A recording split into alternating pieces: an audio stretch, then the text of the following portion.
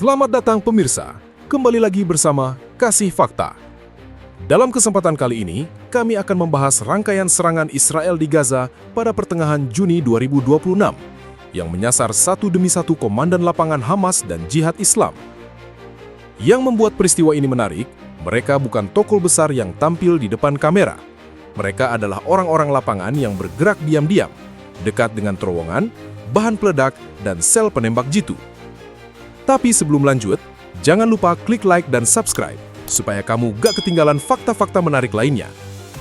Lalu, bagaimana Israel bisa menemukan target seperti ini di tengah Gaza yang padat, hancur, dan penuh jalur tersembunyi? Mari kita bahas perlahan.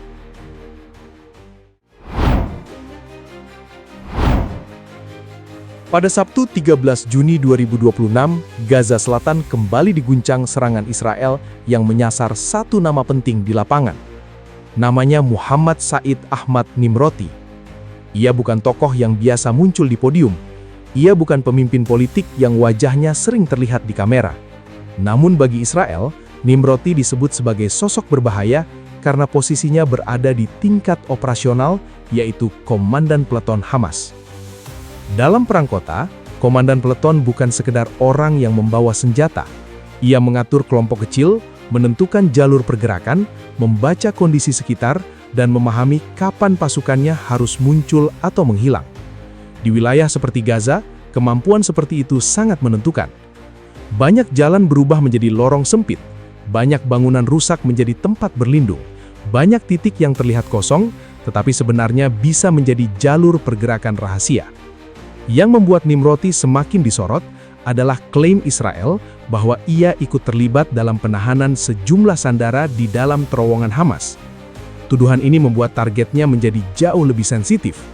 Bagi Israel, terowongan Gaza bukan hanya tempat persembunyian. Terowongan dianggap sebagai jaringan bawah tanah yang bisa dipakai untuk bergerak, menyimpan senjata, mengatur komando, dan melindungi orang-orang penting dari pemantauan di permukaan. Serangan terhadap Nimroti disebut dilakukan secara presisi di Gaza Selatan. Israel tidak membuka seluruh detail teknisnya. Tidak dijelaskan secara terang apakah serangan itu datang dari jet tempur, drone bersenjata, atau platform udara lainnya. Namun, Israel menegaskan bahwa serangan dilakukan dengan munisi presisi dan pengawasan udara. Artinya, dalam versi Israel, target ini tidak dihantam secara acak. Ada proses pemantauan, identifikasi, lalu keputusan untuk menyerang pada momen tertentu. Disinilah peristiwanya terasa mencolok. Seseorang yang dikaitkan dengan jaringan terowongan seharusnya bukan target yang mudah ditemukan. Ia tidak bergerak terbuka seperti tokoh publik. Ia tidak berdiri di depan kamera. Ia bekerja di balik lapisan perang yang lebih gelap, di antara jalur bawah tanah, reruntuhan, dan pergerakan kecil yang sulit dibedakan dari kekacauan biasa. Namun pada hari itu, posisinya tetap berhasil dijangkau. Ini memberi sinyal bahwa Israel sedang menekan bukan hanya struktur besar Hamas, tetapi juga orang-orang yang memahami cara kerja jaringan di bawah permukaan. Dalam perang Gaza, orang seperti Nimroti dianggap lebih dari sekedar petempur. Ia adalah penghubung antara jalur persembunyian, kelompok bersenjata, dan kemungkinan serangan lanjutan. Tewasnya Nimroti menunjukkan satu pola penting pada pertengahan Juni 2026. Israel sedang memburu komandan lapangan yang dianggap mampu menjaga jaringan Hamas tetap hidup. Senjata bisa disembunyikan, terowongan bisa ditutup, tetapi selama orang yang memahami jalurnya masih bergerak, ancaman tetap bisa muncul kembali dari tempat yang tidak terlihat.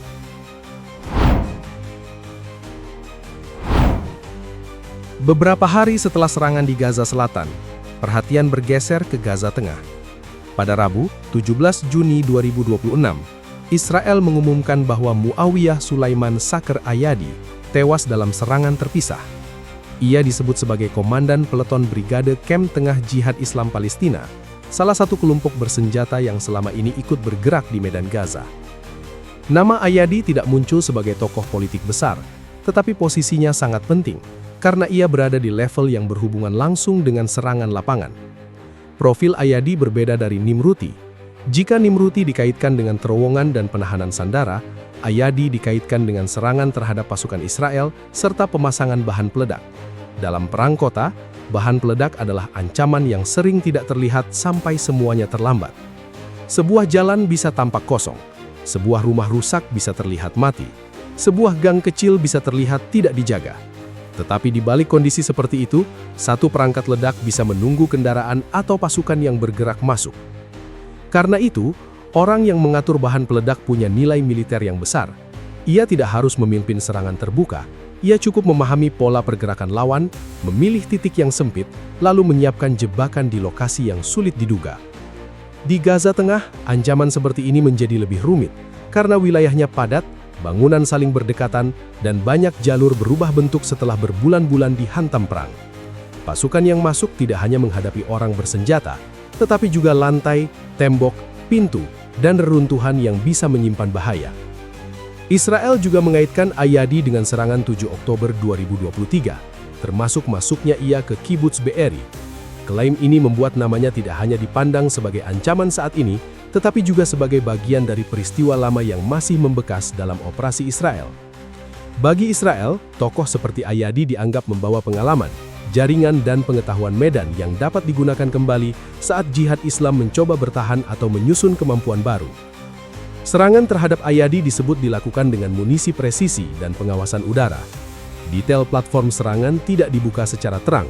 Israel tidak menyebut pasti apakah serangan itu berasal dari jet tempur, drone bersenjata, atau sarana lain. Namun penekanan pada pengawasan udara menunjukkan bahwa target kemungkinan tidak langsung ditembak begitu saja. Ada proses melihat, mengikuti, memastikan, lalu memilih waktu serangan yang dianggap paling tepat.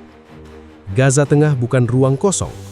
Di wilayah seperti ini, satu keputusan serangan bisa memiliki resiko besar karena warga, pengungsi, bangunan rusak, dan kelompok bersenjata sering berada dalam ruang yang saling berdekatan. Karena itulah Israel berulang kali menyebut upaya untuk mengurangi korban sipil. Tetapi dari sisi militer, pengumuman ini membawa pesan lain. Jihad Islam tidak hanya dipantau sebagai kelompok yang menembakkan roket. Mereka juga dipandang sebagai jaringan kecil yang bisa memasang jebakan, menyerang patroli, dan membuat perang terus berjalan dari titik-titik sempit. Dalam kondisi seperti itu, serangan presisi bukan hanya soal menghancurkan satu target. Serangan itu juga menjadi cara menekan ruang gerak, memotong hubungan antar sel, dan mengganggu orang yang memahami pola serangan kecil di lapangan. Tewasnya Ayadi memperlihatkan bahwa perburuan Israel tidak berhenti pada Hamas. Target berikutnya bisa berasal dari kelompok lain yang dianggap punya kemampuan mengganggu operasi darat. Pada pertengahan Juni 2026, Gaza Tengah menjadi bukti bahwa ancaman terbesar tidak selalu datang dari serangan besar. Kadang bahaya paling serius justru disiapkan dalam diam, di bawah reruntuhan, di tepi jalan, atau di balik pintu yang terlihat biasa setiap saat.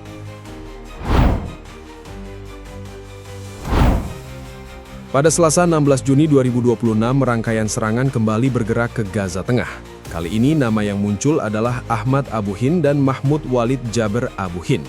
Keesokan harinya, Israel mengumumkan bahwa keduanya tewas dalam serangan presisi.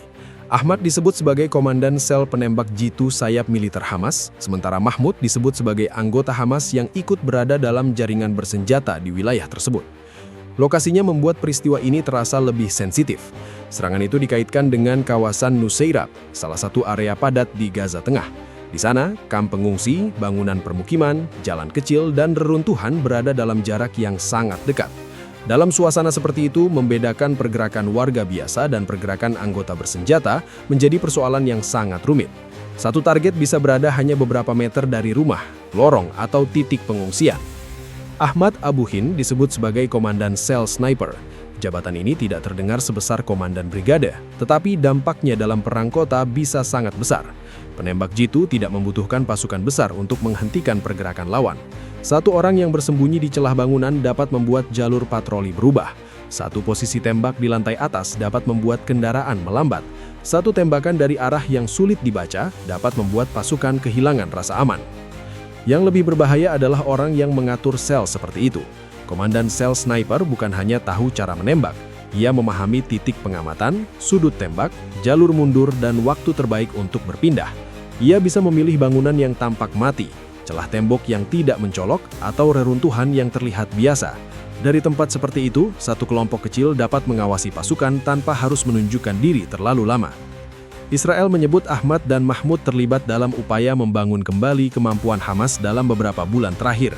Kalimat ini penting karena menunjukkan bahwa sasaran serangan bukan hanya orang yang pernah bertempur, tetapi orang yang dianggap sedang menghidupkan ulang jaringan di lapangan. Dalam kondisi Gaza yang hancur, membangun kembali kemampuan tidak selalu berarti mendirikan markas baru. Bisa saja bentuknya lebih kecil, seperti mengumpulkan sisa anggota, mencari titik tembak, membuka jalur lama, atau menghubungkan kembali sel yang tercerai. Detail serangan di Nusairat tidak dibuka penuh. Israel tidak menjelaskan apakah keduanya sedang berada di kendaraan, di bangunan, atau di ruang terbuka ketika dihantam. Namun rilisnya menekankan pengawasan udara sebelum serangan dilakukan. Ini memberi gambaran bahwa target dipantau lebih dulu, lalu diserang pada momen yang dinilai memungkinkan. Di kawasan sepadat Nusairat, keputusan seperti itu menunjukkan betapa tipisnya jarak antara operasi militer dan risiko terhadap lingkungan sekitar. Pada pertengahan Juni 2026, rangkaian nama ini membentuk pola yang jelas. Nimroti dikaitkan dengan terowongan, Ayadi dikaitkan dengan bahan peledak, Ahmad Abu Hind dikaitkan dengan sel sniper. Tiga jenis ancaman itu berbeda, tetapi semuanya hidup di ruang yang sama, yaitu perang kecil di balik reruntuhan Gaza. Bukan operasi yang tampak megah, tetapi rangkaian kecil yang menentukan siapa mampu bergerak lebih dulu di medan yang sempit itu. Gaza tidak sedang hanya bicara tentang ledakan besar. Di balik permukaan, perang bergerak lewat orang-orang lapangan yang membaca jalur, mengatur sel, dan menunggu celah. Israel berusaha membaca gerakan itu dari udara. Hamas dan Jihad Islam berusaha menjaga jaringan tetap bergerak dalam tekanan. Di antara reruntuhan, satu langkah pendek bisa mengubah seseorang dari bayangan menjadi target. Pada akhirnya, rangkaian serangan di Gaza pada pertengahan Juni 2026 menunjukkan bahwa perang di wilayah itu belum benar-benar mereda. Bentuknya hanya berubah. Bukan lagi sekedar ledakan besar yang terlihat dari jauh, tetapi perburuan terhadap orang-orang lapangan yang bergerak diam-diam di balik reruntuhan. Komandan peleton, pengatur bahan peledak, dan sel sniper menjadi tanda bahwa Israel masih melihat adanya jaringan bersenjata yang mencoba bertahan. Di sisi lain, Gaza tetap menjadi ruang yang padat, penuh risiko, dan sulit dibaca. Setiap gerakan kecil bisa menjadi petunjuk. Setiap titik persembunyian bisa berubah menjadi sasaran, dan setiap nama yang diumumkan tewas membawa pesan bahwa perang ini masih berjalan dalam bentuk yang lebih senyap. Demikian pembahasan kali ini. Jangan lupa subscribe channel Kasih Fakta dan aktifkan lonceng notifikasi agar kamu tidak ketinggalan fakta-fakta menarik lainnya.